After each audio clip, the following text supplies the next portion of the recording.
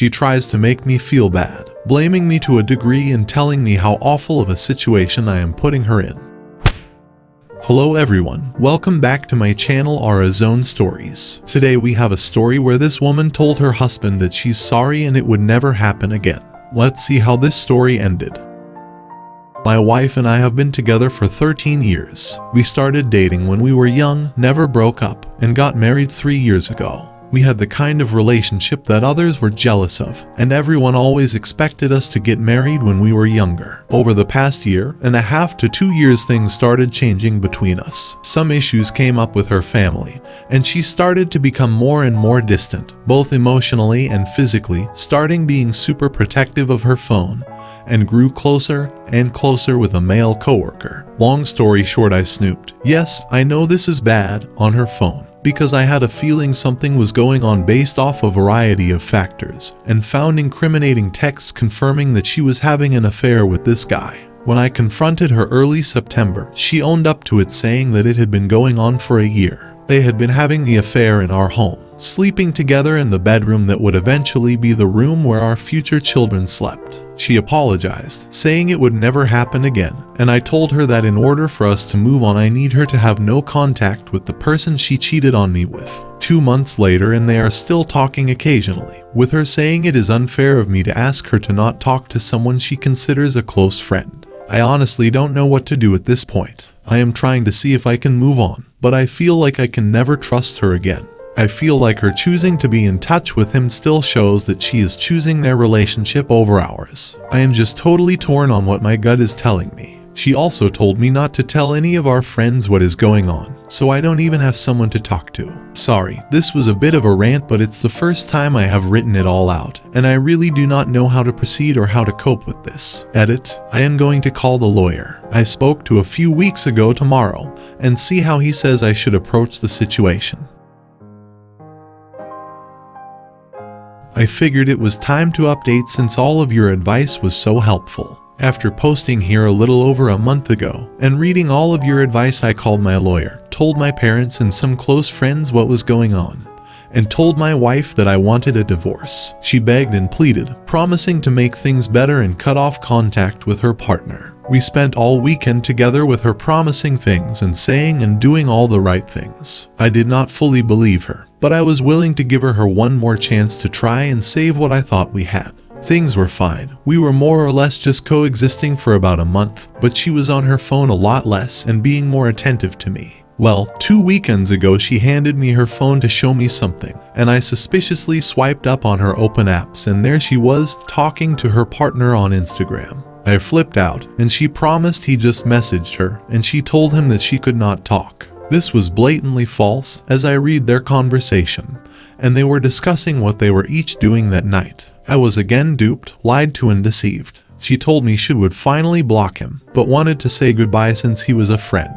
I said it was inexcusable and that she had to cut off contact and block him right then, which she said she would. 2 days later I asked if she had blocked him, and she had not yet. End of the long story. I told her right on the spot that we are getting a divorce, and we can either go through mediation if she agrees to every single thing that I want, or I can get my lawyer involved, and I will get what I want anyway. She agreed to mediation, and we are beginning that process shortly. It took me some time to get there, longer than it probably should have, but I finally have enough respect for myself to put an end to this and go find the life of happiness that I deserve. She still tries to make me feel bad about all of this, blaming me to a degree and telling me how awful of a situation I am putting her in. But I remind her that it was her actions that caused this, not mine, and that she has to live with the consequences of her actions. I have also begun telling more friends about what happened along with the rest of my family. This is not how I ever saw my life going, but I know that this is a blessing in disguise,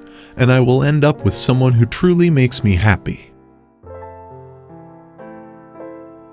I know it has been a while since I last posted here, but I wanted to provide one final update on my story since you were all so helpful during this process. So, after telling my ex-wife that we were getting a divorce, the gaslighting went into overdrive, blaming me, telling me that it is my fault that I am doing this to us, that I am giving up on our marriage, that it is really sad that I am letting our relationship end this way, and that I am going to take away the home that our dog knows, etc. I stood strong, didn't let her get to me, and went through with divorce mediation. Mediation was smooth. She agreed to everything that I wanted, and I received notice from the courts yesterday that I am a free man. We sold the house within 3 months of starting mediation. She moved out 1 month prior to closing on the house. The gaslighting continued while living together, waiting for the house to sell, with her continuing to blame me and telling me that I am me, because I refused to speak to her at all, and countless other things that only a truly sick individual would think to be true given the situation. Once the house sold, I moved back to my parents for a few months to collect myself and just figure out what to do with my life. I started weekly therapy and was able to reflect on the relationship, seeing how toxic and one-sided everything was. How I was the one always putting myself second and sacrificing my happiness to try to tolerate her and her unrealistic needs and expectations. My therapist suggests that it sounds like she has borderline personality disorder, which is a condition that runs in her family. And it makes total sense. I was also able to, and continue to, work on underlying issues that allowed me to get into such a toxic relationship. And at this point I feel like I will be able to identify the warning signs. I recommitted to my physical health as well, losing 15 pounds over the last 3 months and getting back into running, currently training for a 10K. Early this month I moved into my own place in New York City. I am reconnecting with friends who I lost touch with, and I have started dating for the first time in my life, albeit pretty unsuccessfully at this point. Plus, I got a promotion at work a few weeks ago that I worked my tail off for. I am mentally, physically, emotionally, and financially in a better place than I have been in years, and her showing me her true colors by having this affair was the greatest favor she could have done for me. I still have not told all of our mutual friends about the affair, as I was afraid she would get angry and tank mediation. But now that the divorce is final, I will be notifying everyone in our lives as to who she is and what she did. I guess all this was all just a long-winded way of saying that things will get better. There is nothing wrong with any of us, because we were cheated on, and to try to use this as a launching point for you making yourself better and working to make yourself the best possible person. This is going to be my last significant post here most likely, as while I don't think my journey of healing has come to an end, it's just come to a new chapter, and dwelling on what this woman did to me is not worth it. Thank you again for all the support, both in terms of kind words as well as the harsh truths that I had to read. He thought that after all of that time together that he knew her. He didn't. She thought that she knew him and could control him.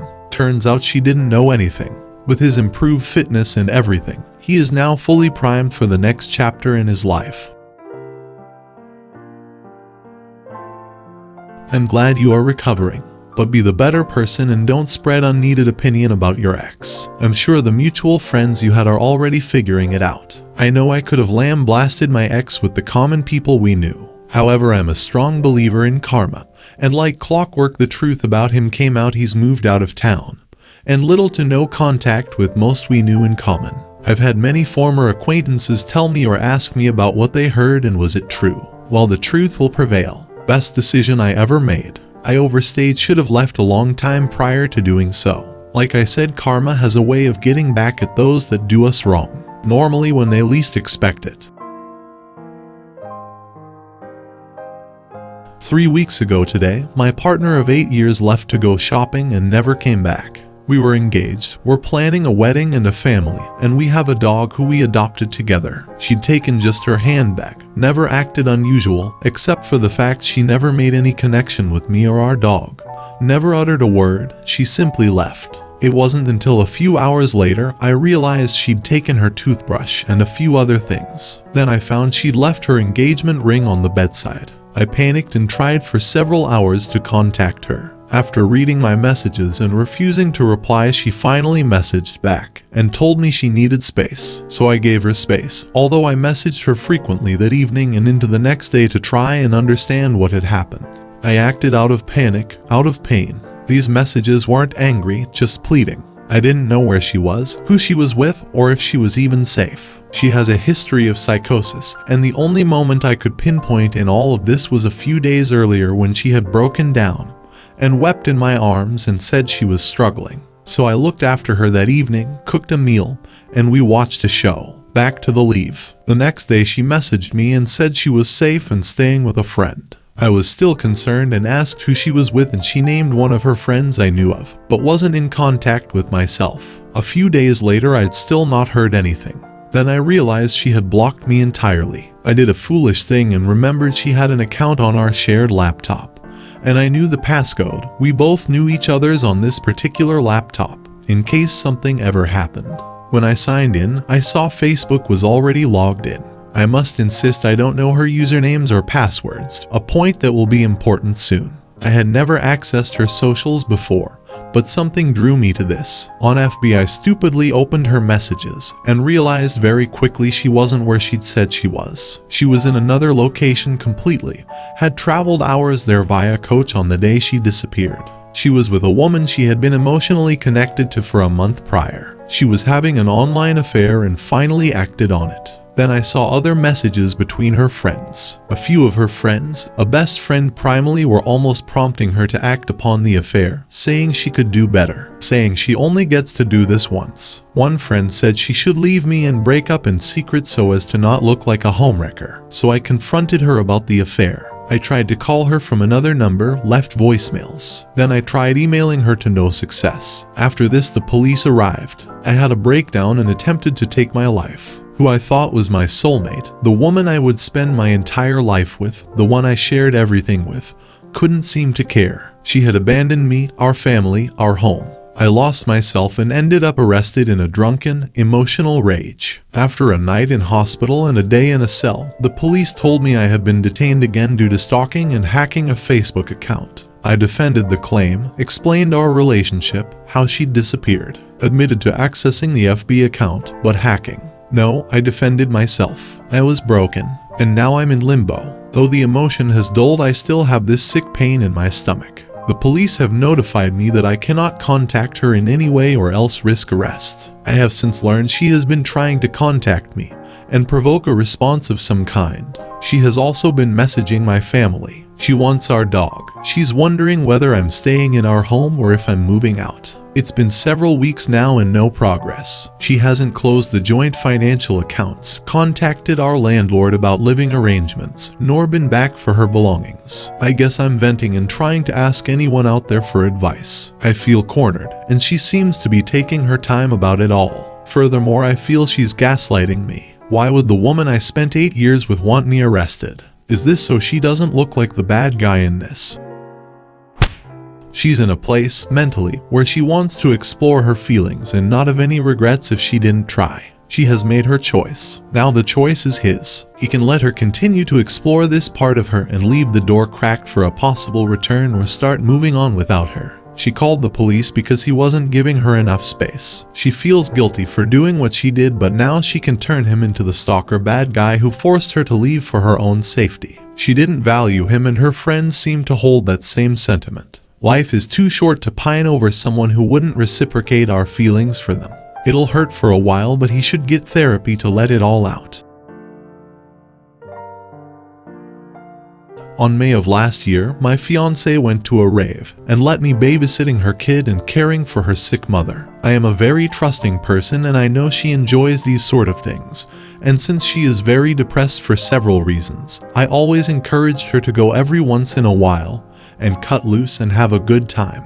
Monogamy is non-negotiable for me, and she knew this. Someone sent me an Instagram story that the official account from the rave made where they did a pan of the dance floor, and there, clear as day, I saw my fiancé making up with someone. I was floored. I took a screen capture and sent it to her with plenty of not so nice words. I also sent it to my best friend who lived on a neighboring country, and he drove 4 hours to my place to pick me up. Packed a bag of clothes, got me on his car, shoved a bottle of whiskey on my hand, and drove me to his flat where he gave me the talk. I decided the relationship was done then and there, and that I was going to move to this new country. I let her know. She told me she was very depressed and had taken some MDMA and that she was in an environment that encouraged that, and she had caressed someone. She swore up and down nothing else happened. I don't really believe her. The next day I was sort of weak and told her she could make the drive to me and apologize and we could talk some more. She started crying and telling me I deserve a whole lot more than her, that I am the best thing that ever happened to her,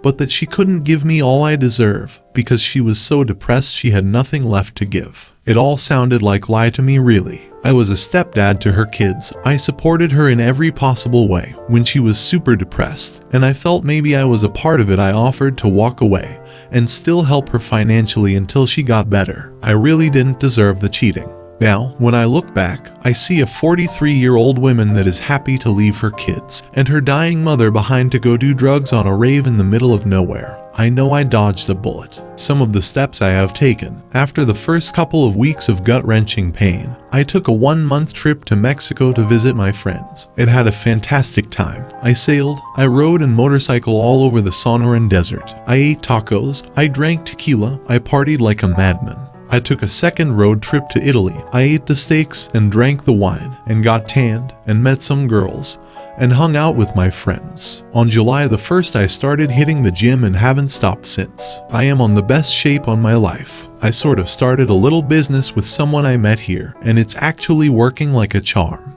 I start on a fantastic company on 6 weeks, super looking forward. I feel I have taken all the right steps, but nevertheless, I feel so angry all the time. I want to forgive her and stop hating her, I really do. Deep inside, I know she is just a poor, sad, broken little girl who makes terrible decisions. I want to be able to not think of this all day, every day. I am exhausted. I lost everything I worked for. She kept our flat and won't move out. All the furniture, everything I bought for us with a lot of love and effort is there. I can't help but to think there is some idiot sitting on my sofa, eating on my table. I miss her kids so much, I cry all the time. I blocked her everywhere, and so I don't know what is she up to. I know she was on a rave on the summer because a common friend posted a picture of her there. On my mind, she is completely over everything and loving life, and I'm here working hard. But nothing I make, achieve, or plan stops the pain. I just want to stop being the hateful she turned me into, and I don't know how. That's all she ever was behind the mask she wore for him. There's no shame for him. His heart is good and true, and doesn't look for evil in the people he cares for. As hard as it is, he'll need to leave her behind. She was never the lady he thought she was. The lady he deserved is out there waiting for him.